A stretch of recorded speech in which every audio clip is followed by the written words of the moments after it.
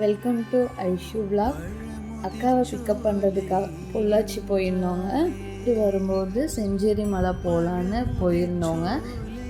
அங்கே நடந்தும் போகலாம், கார்லேயே போகலாம். பாப்பாங்களை வச்சுட்டு நம்மளால் நடந்து போக முடியாது இல்லைங்க, அதனால கார்லேயே போயிட்டோங்க.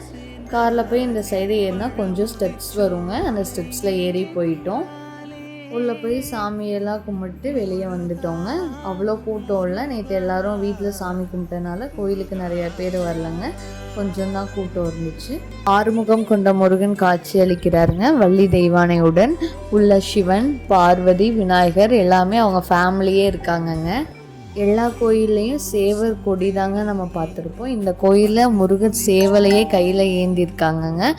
12 கைகள் கொண்டு முருகனுங்க. சஷ்டி கிருத்திகை எல்லா செவ்வாய்க்கிழமையும் பூஜைகள் நடக்குங்க. செவ்வாய்க்கிழமை வாரந்தோறும் 9 மணிக்கு நம்மளோட ஜாதகத்தை கொண்டு போய் அங்கே வச்சு சாமி கும்பிட்டா நம்மளோட தலையெழுத்தே மாறும்னு சொல்கிறாங்கங்க. அதுக்கு போகும்போது ஃப்ரூட்ஸு, செவ்வரளி மாலை இதெல்லாம் வாங்கிட்டு போகணுங்க. அங்கே ஒரு லிஸ்ட்டே எழுதி போட்டிருக்காங்க, அதை பார்த்து வாங்கிட்டு போகணுங்க. ஜாதகம் அப்படியே எடுத்துகிட்டு போயிடக்கூடாதுங்க, லேமினேஷன் பண்ணி எடுத்துகிட்டு போகணுங்க. முருகர் பாதத்தில் நம்ம ஜாதகத்தை வச்சு பூஜை பண்ணி தராங்கங்க.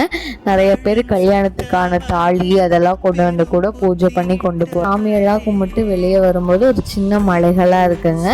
குன்று இருக்கும் இடமெல்லாம் குமரன் இருப்பாங்கிற மாதிரி அங்கே நிறைய குன்றுகளாக இருக்குங்க. அந்த மலை மேலே ஏறி நல்லா என்ஜாய் பண்ணோங்க. அங்கேருந்து பார்த்தா பொள்ளாச்சியோட ஃபுல் வியூ அழகாக தெரியுதுங்க. ஃபுல்லாக கண்ணுக்கு எட்டின தூரம் வரைக்கும் ஃபுல்லாக தென்னை மரமாக தெரியுதுங்க. வர வழியில் பார்த்தீங்கன்னா பல்லடத்தில் நவகிரக கோட்டைன்னு ஒரு கோயில் அமைஞ்சிருந்துச்சுங்க. அங்கே ஃபோன்லாம் அலோடு இல்லைங்க, ரொம்ப பீஸ்ஃபுல்லாக அமைதியாக இருந்துச்சுங்க. உள்ளே பார்த்தீங்கன்னா சனி பகவான், புதன், அந்த சோலார் சிஸ்டம் சாமியெல்லாம் இருந்துச்சுங்க. தேங்க்ஸ் ஃபார் வாட்சிங். பாய்.